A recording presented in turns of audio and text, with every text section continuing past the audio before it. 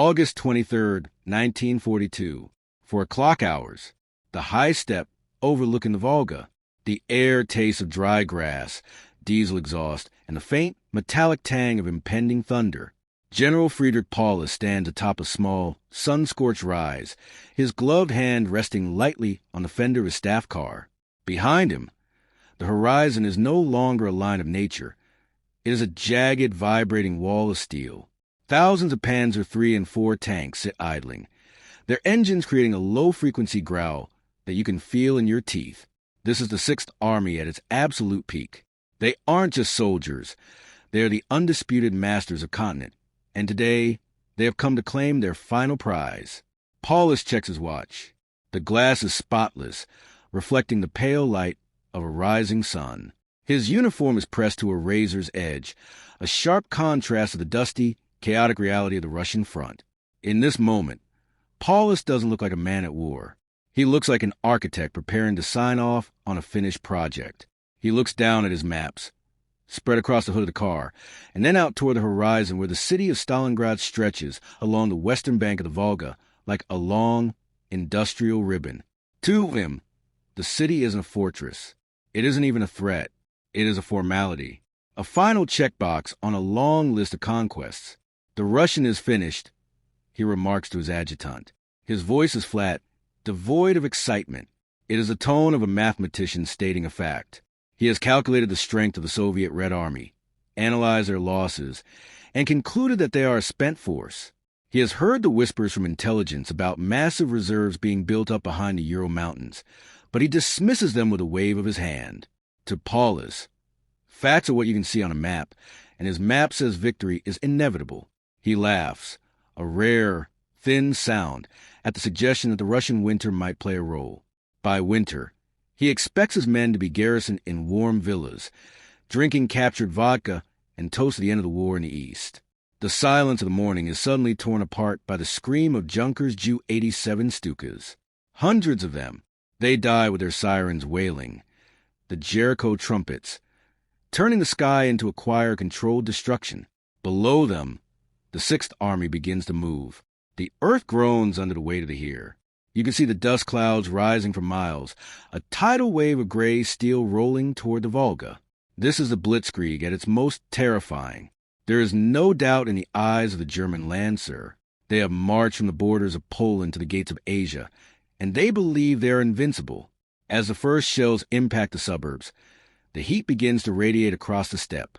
German soldiers, their skin bronzed and cracked by the long summer march, shout jokes to one another as they toss grenades into basements. They move with the fluid, practice lethality of hunters who have forgotten what it feels like to be the prey. They don't see the city as a place where people live. They see it as a series of tactical objectives to be cleared. The Red October factory, the Barricadi, the grain elevator. These are just names on a chart. But as the sun climbs higher, the smoke from the city begins to billow, thick, oily, and black. It starts to blot out the very light Paulus used to read his maps. The city isn't crumbling into submission. It is being forged into something else. Every shattered apartment block is becoming a pillbox. Every sewer pipe is being turned into a hidden trench. As the lead elements of the 16th Panzer Division reach the riverbanks, they send back a triumphant signal. We are at the Volga. Paulus smiles.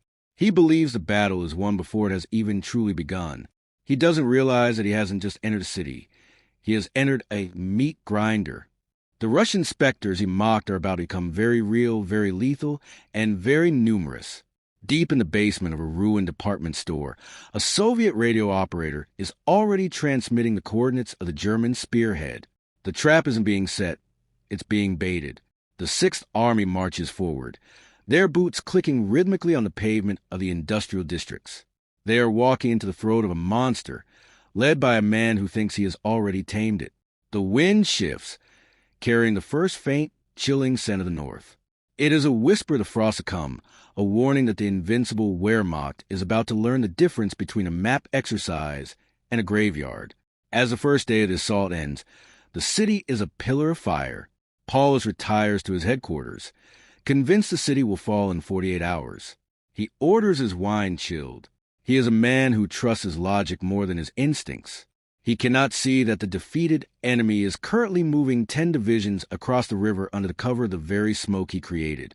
He is at the zenith of his power, standing on the edge of the world, unaware that the ground beneath his feet is already beginning to give way. The math of the general is about to meet the madness of the ruins. And in Stalingrad, the ruins always have the last word. September 14th, 1942, 10 o'clock hours. The tennis racket railway loop, central Stalingrad. The smell of the city has changed. The sweet, dry wind of the open steppe, the scent of endless horizon and easy conquest, is gone. Now, the air tastes of pulverized brick, cold grease, and the sickeningly sweet aroma of charred flesh drifting from the burning oil tankers on the Volga. Inside a dim, reinforced command bunker, Friedrich Paulus stares down at a situation map. The neat blue arrows of the German advance, which once looked so confident and sharp, now look like nervous, jagged scribbles. On paper, his army controls 90% of the city, but in reality, they control nothing but hollow shells and broken walls. Paulus rubs his temple. His left eye twitches, a persistent, rhythmic tremor that has begun to haunt his reflection in the mirror. Progress is unsatisfactory, he mutters to his chief of staff. It is an understatement of catastrophic proportions. Stalingrad was supposed to be a footnote in the campaign, a quick victory parade along the riverbank. Instead, the Sixth Army is losing 1,000 men a day just to capture a single staircase or a blackened pile of rubble. This is no longer the war Paulus studied at the War Academy. This is Rattenkrieg, the War of the Rats. Outside the bunker, the battlefield is a vertical nightmare. There are no front lines, only pockets of hell. A German platoon clears a floor using MP40s and flamethrowers, claiming victory as they reach the roof. Minutes later, Soviet soldiers crawl out of the very heating ducts and sewer pipes they just passed, knifing the sentries in the dark. In the ruins of the grain elevator, the fighting is so close that the men can hear each other breathing on the other side of a single brick wall. You can see the transformation in the German Lancer. The soldiers who once laughed about Russian Ivan and mocked the primitive Red Army no longer tell jokes. Their uniforms, once the pride of the Wehrmacht, are now the color of the dust they sleep in. Their faces are hollowed out by a fatigue that sleep cannot fix. They have learned that every shadow is a threat, every window a potential muzzle flash. They are being hunted by an enemy that has nowhere else to go. For the Soviet 62nd Army, pinned against the river with their backs to the water, there is no retreat. Their order is simple, not a step back. And somewhere in that labyrinth of shattered masonry, a quiet hunter waits. Vasily Zaitsev. His rifle has turned the city into a personal gallery of death. He doesn't target the rank and file. He waits for the officers, the men with the tall, stiff caps and the polished badges. One shot, one dull thud of a body hidden in the rubble, and another piece of the German command structure vanishes. The psychological toll is devastating. The German soldiers feel like they are walking through a graveyard that isn't quite finished with them yet. Reports flood into Paulus's post, each one more grim than the last. The 24th Panzer Division has lost 20 tanks in a single afternoon, not to enemy armor, but to Molotov cocktails, glass bottles of gasoline thrown by teenagers and factory workers from third-story windows. The steel giants of the Wehrmacht, designed for the vast plains of Europe, are being suffocated in narrow streets. They are blinded, trapped, and burned alive in their own hatches. Paulus barely reacts to the mounting losses. His attention is fixated on the river. The Volga must be taken, he insists. Take the river and the city dies. He is so obsessed with the heart of Stalingrad that he is ignoring the rot spreading at his feet. To the north and south of the city, the German flanks are stretched thin, dangerously thin. They are not protected by his elite divisions, but by exhausted, poorly equipped allies, Romanians, Italians, and Hungarians. Men who have no desire to die for a city they cannot find on a map. Deep in the forest across the river and out in the frozen steppe, the Soviet machine is waking up under the cover of darkness. Thousands of T-34 tanks are moving into position. Entire Siberian divisions, men who consider 10 degrees below zero to be mild, are massing in silence. Night after night, Soviet barges cross the Volga under a hail of German shells, bringing more men, more lead, and more fury. But Paulus refuses to believe the intelligence. He dismisses the buildup as a desperate attempt to shore up a collapsing front. The Bolsheviks are exhausted, he tells his staff with a confidence that is beginning to sound like a prayer. They have nothing left for a counterattack. October arrives, and with it, the first frost. It appears as a delicate, white lace on the barrels of the flak 88s. It's a quiet warning, but Paulus sees it and only thinks of logistics. He orders winter clothing, but the supply trains are choked. Berlin has decided that ammunition is more important than overcoats. They still believe the numbers. They still believe the city will fall by Tuesday. But Stalingrad has abandoned logic. It has become a temple of madness. As evening falls over the shattered Barricade factory, the sky suddenly screams. A terrifying multi-tone howl tears across the ruins. The Katyushas. The Germans call them Stalin's organs.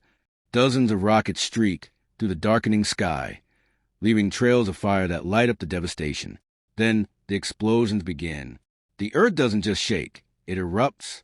From his bunker, Paulus watches the horizon burn. His face is a mask of aristocratic calm, but his hand is trembling. Outside, his army is dying house by house. And somewhere beyond the frozen horizon, the final piece of the Soviet plan is clicking into place.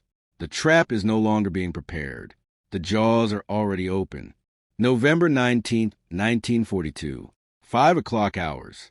The Don Steppe, northwest of Stalingrad. The morning is not just cold. It is blinding. A thick, gray fog clings to the frozen earth, muffling the world in a deceptive silence. German and Romanian sentries huddle in their shallow trenches, their breath blooming in the air like ghosts. They are shivering in summer-weight tunics, their fingers so numb they can barely feel the triggers of their Mauser rifles.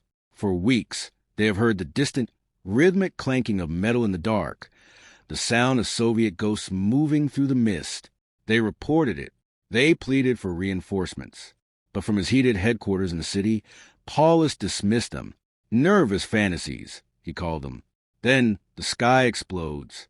It begins with a roar that defies human description. 3,000 Soviet guns, hidden in the fog, fire simultaneously. The horizon turns into a flickering wall of orange flame. This isn't a bombardment. It is an execution. For 80 minutes, the earth liquidates.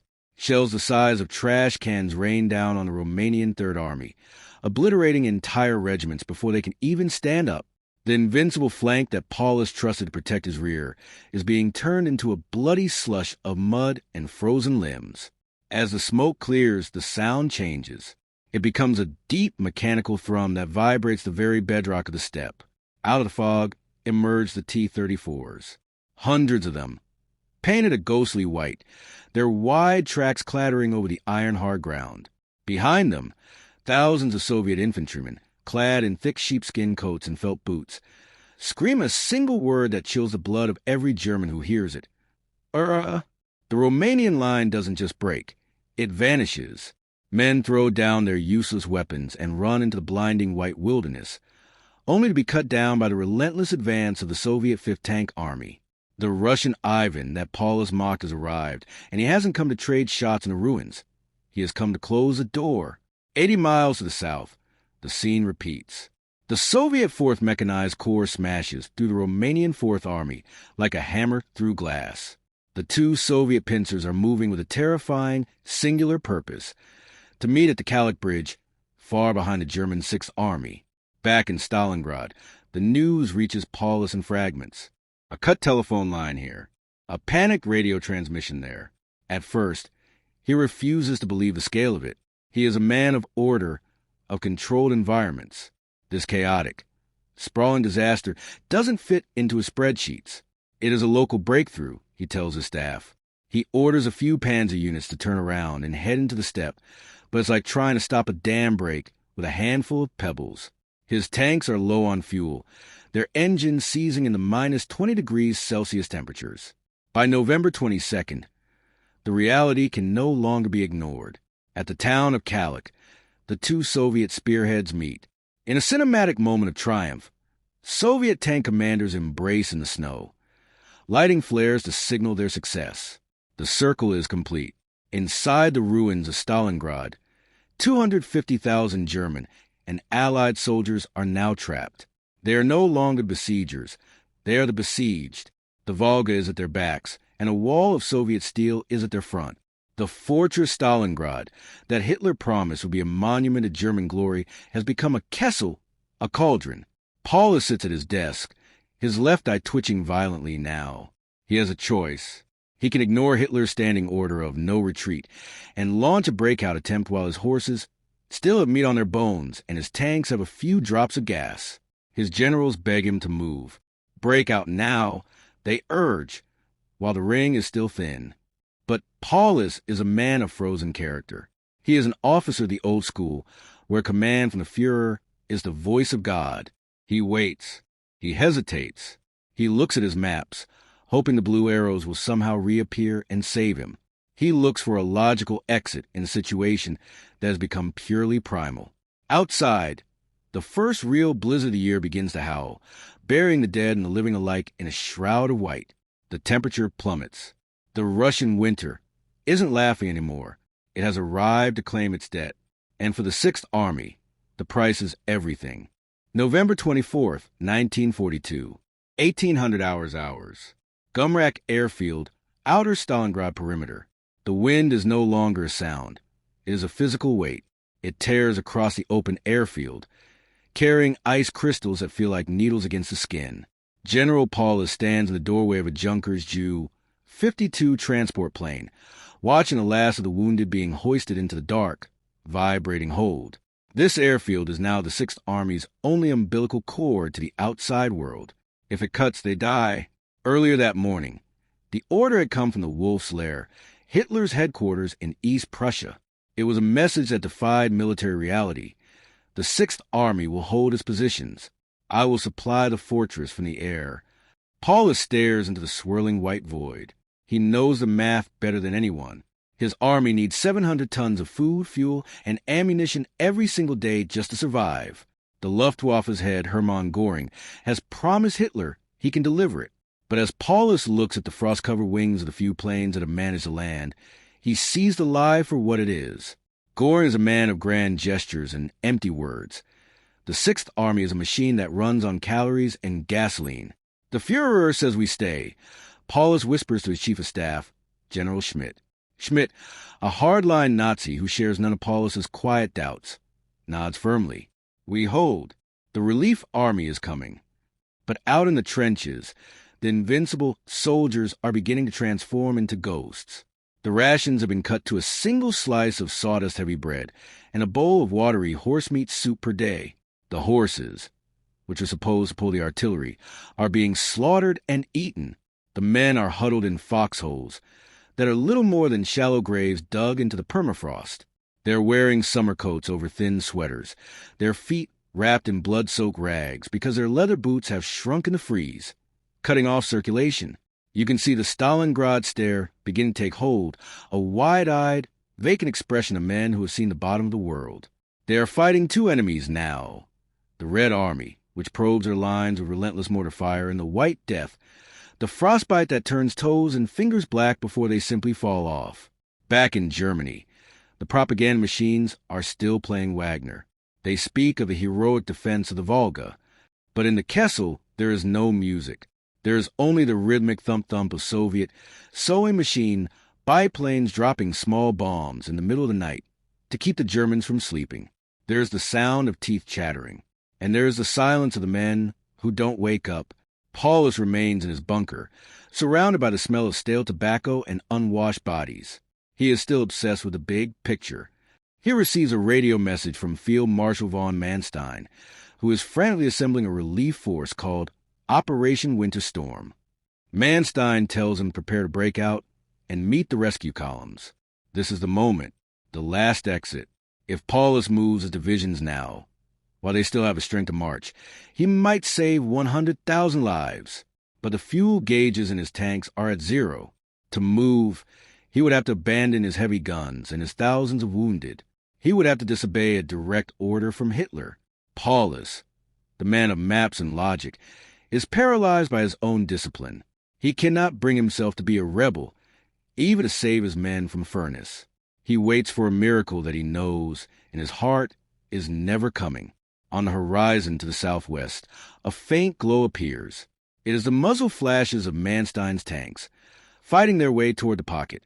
For a few hours, a surge of hope ripples through the frozen German lines. "They're here," the men cry. "The relief is here." But the glow stays on the horizon. It never gets closer. The Soviet ring is too thick, the Russian winter too deep. Manstein's panzers are halted 30 miles away, unable to punch through the wall of Soviet steel. Paulus watches the glow fade. He turns back to his map, his left eye twitching in the dim candlelight. He realizes now that the promise of the air bridge was a fantasy. The planes are being shot down by the hundreds or crashing in the fog. The Sixth Army isn't being supplied. It is being fed to the winter. And as the last light of the relief force vanishes, the Soviet artillery begins a new, more terrifying symphony. The Russians aren't just holding the circle anymore. They are starting to squeeze. January 10th, 1943. 8 o'clock hours. The western edge of the Kessel. The silence that precedes the Soviet offensive is a specific kind of torture. It is a heavy, pressurized quiet that rings in the ears of the starving. For weeks, the Soviet High Command, led by General Konstantin Rokossovsky, had offered Paulus a chance and honorable surrender. They promised food, medical care, and safety. Paulus, acting on direct, screaming orders from Hitler's bunker, rejected the terms. Now, the time for talking is over.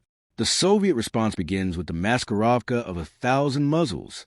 7,000 cannons and mortars open fire at once. A concentration of artillery that turns a white steppe into a churning sea of black earth and fire. This is Operation Ring, the final brutal contraction of the noose. From his new headquarters in the basement of a ruined department store in the city center, Paulus feels the floor vibrate. He no longer looks like the polished general who stood overlooking the Volga in August. His uniform is stained and hanging off a frame that has lost 40 pounds. His face is a road map of exhaustion, dominated by the violent, uncontrollable tick in his cheek. He received the reports with a hollow stare. The outer defense lines have been vaporized. Potomnik Airfield, the Army's primary lung, is under direct fire. As Potomnik falls, the last shred of hope for the wounded evaporates. You can see the horror at the airstrip. Thousands of men with frostbitten limbs and gangrenous wounds crawling through the snow, screaming, trying to claw their way onto the last Heinkel bombers taking off. Some hang on to the landing gear as the planes lift into the freezing mist, only to lose their grip and fall hundreds of feet to their deaths in the snow. Inside the city, the meat grinder has returned, but the roles are reversed. The Germans are now the ones trapped in the cellars, and the Soviets are the hunters. The Sixth Army has run out of coal. They are burning furniture, then books, then the very floorboards of the houses they are defending just to stay alive. The starvation soup, a handful of peas and a gallon of water, is no longer enough to keep a man standing. Soldiers are found frozen solid in their foxholes, their eyes open, looking toward a west they will never see again. Paulus receives a radio message from the Führer. It isn't a plan for rescue. It is a demand for a suicide stand. Hitler expects every man to die at his post to buy time for the rest of the Reich. Paulus looks at the message, then at the dying boys in the hallway outside his office. For the first time, the general's logic begins to fracture. He has spent his life obeying the rules of the Prussian military caste, but those rules never accounted for a leader who demanded the ritual sacrifice of 250,000 men. The Soviet T-34s are now clattering through the suburbs, their hulls clanking against the frozen remains of German trucks. They aren't stopping for tactical maneuvers. They are simply rolling over the German positions, crushing the life out of the invincible Wehrmacht. The German anti-tank guns are silent. They have no shells left. The infantry are out of bullets. They wait for the end with bayonets and folding shovels. By the end of the week, the pocket has been sliced in half. The Sixth Army is now two smaller, bleeding circles of desperate men. Paulus is trapped in the southern pocket. He is surrounded by the stench of the dead, thousands of corpses that cannot be buried because the ground's like granite. They are piled in the hallways, stacked like cordwood in the streets. The Russian winter has claimed its prize. The temperature hits minus 35 degrees Celsius. The oil in the German rifles is frozen into a thick sludge, rendering them useless. The men have stopped praying for a miracle. They are now praying for a Soviet bullet to end the cold. And in the center of this frozen hell, Friedrich Paulus sits in the dark, waiting for the knock on the door that will signal the end of his world. January 30th, 1943, 2300 hours. The basement of the Univermag department store. The air in the basement is thick enough to choke a man. It is a nauseating mixture of unwashed bodies, the sweet rot of gangrene, and the sulphurous smoke of guttering candles. General Friedrich Paulus sits on a narrow iron cot, his shadow dancing grotesquely against the damp concrete walls. Outside, the world is ending. The rhythmic thump of Soviet mortars is so constant it has become the heartbeat of the ruins. The ceiling showers fine white dust over his maps every time a shell hits the floors above. Suddenly, the radio operator's hand freezes. A message is coming through from the Führer's headquarters. The signal is weak, fighting through the static of 1,000 miles of frozen wasteland. Paulus reads a transcript, and for a moment, the twitch in his eye stops. Hitler has promoted him to General Feldmarschall, Field Marshal. In the Prussian military tradition, this is the highest honor a soldier can achieve. But Paulus isn't a fool. He knows exactly what this means. In the history of the German army, no field marshal has ever been taken alive. This isn't a reward for his service. It is a thinly veiled command to commit suicide. Hitler is sending him a silk rope. He won a martyr, a heroic myth to feed to the German public, not a living witness to the greatest military disaster in human history. I have no intention of shooting myself for that Bohemian corporal. Paulus snaps, his voice raspy and thin. The Bohemian corporal, his private, derogatory name for Hitler, is thousands of miles away in a warm, reinforced bunker, demanding a death he isn't willing to face himself. The human cost of that demand is visible just outside Paulus's door. The hallways of the department store are lined with the walking dead. Men are propped against the walls, their feet blackened by frostbite, their ribs stabbing through their skin. They are watching the door to the general's office, waiting for a sign, a word, a direction. But there is nothing left to direct. The Sixth Army has ceased to be a military formation. It is now a collection of starving individuals waiting for the darkness to take them. You can hear the Soviet infantry now. They are in the upper floors of the store. You can hear the clack-clack of their boots on the shattered tiles, the occasional burst of a PPSH submachine gun, and the shouts in a language that once sounded inferior to Paulus, but now sounds like the voice of fate. Paulus stands up. He adjusts his tunic. Even now, at the edge of the abyss, he cannot abandon the habit of the aristocrat. He looks at his reflection in a cracked piece of mirror. He sees a field marshal of a ghost army. He has followed every order. He has sacrificed 200,000 men on the altar of duty. And for what? To be told to pull the trigger on himself so a dictator can save face? The logic that governed his life has finally shattered. The math of the war has led to a sum of zero. A young Soviet lieutenant, followed by a handful of soldiers with bayonets fixed, kicks open the door to the basement. They expect a fight. They expect a final, fanatical stand. Instead, they find a tall, gaunt man in a magnificent uniform standing in the flickering candlelight. "I am Field Marshal Paulus," he says, his voice devoid of emotion. The Soviet soldiers stare. They have fought through 300 miles of blood and ice to reach this room. They look at the man who laughed at the Russian winter, and they see a broken shell. There is no glory here. There is only the smell of a tomb.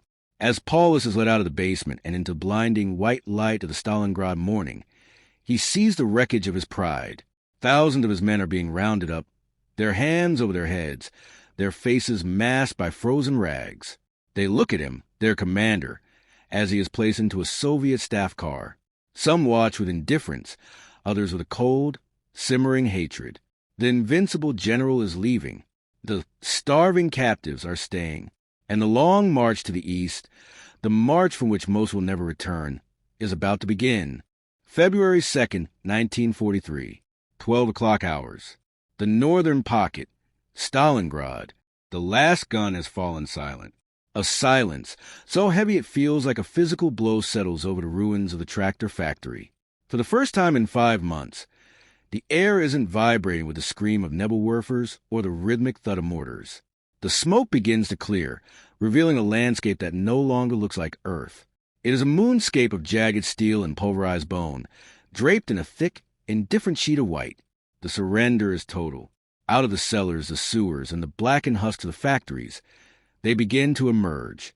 91,000 men. This is all that remains of the 250,000 who marched so confidently toward the Volga in the heat of August. They don't look like soldiers anymore. They are the gray shadows. They are wrapped in stolen civilian shawls, blood-stained horse blankets, and bits of carpet. Some have no boots, their feet encased in frozen bundles of straw and wire. As they are marched out of the city and into the vast, open emptiness of the steppe, the true scale of the Russian winter hits them. The temperature has dropped to a bone-cracking minus 40 degrees Celsius. This is the march of the ghosts. The Soviet guards, themselves hardened by years of brutal warfare, watch with mixture of pity and contempt as the master race stumbles through the drifts. You can see the path of the column by the trail of bodies it leaves behind. Every few yards, a man simply stops. He doesn't scream. He doesn't complain. He just sits down in the snow, his head sinking into his chest. Within minutes, the frost claims him, turning him into a permanent marble-white statue of the Sixth Army's hubris. The Soviet guards do not stop to help. They have no medicine for their own, let alone for the men who burned their villages. Among the captives is a different kind of casualty, the spirit of the Wehrmacht. These men were told they were genetically superior, that the Slavic people were subhuman, and that the Soviet Union would collapse like a house of cards. Now, they are being led into the depths of Asia by the very people they mocked. The math of Friedrich Paulus has resulted in a column of walking skeletons. Back in the Soviet rear, Paulus is being treated with the cold, clinical respect due to his rank. He is fed. He is given a warm room. He is a trophy. While his men are dying of typhus and starvation in the transit camps of Beketovka, Paulus is being interrogated by Soviet generals who want to know one thing. Why didn't you break out? Paulus has no answer that makes sense in the real world. He talks of orders. He talks of logistics. He talks of the chain of command. To the Soviet commanders, who fought with their backs to the water and survived on nothing but iron will, the German field marshal looks like a man who was defeated by his own imagination.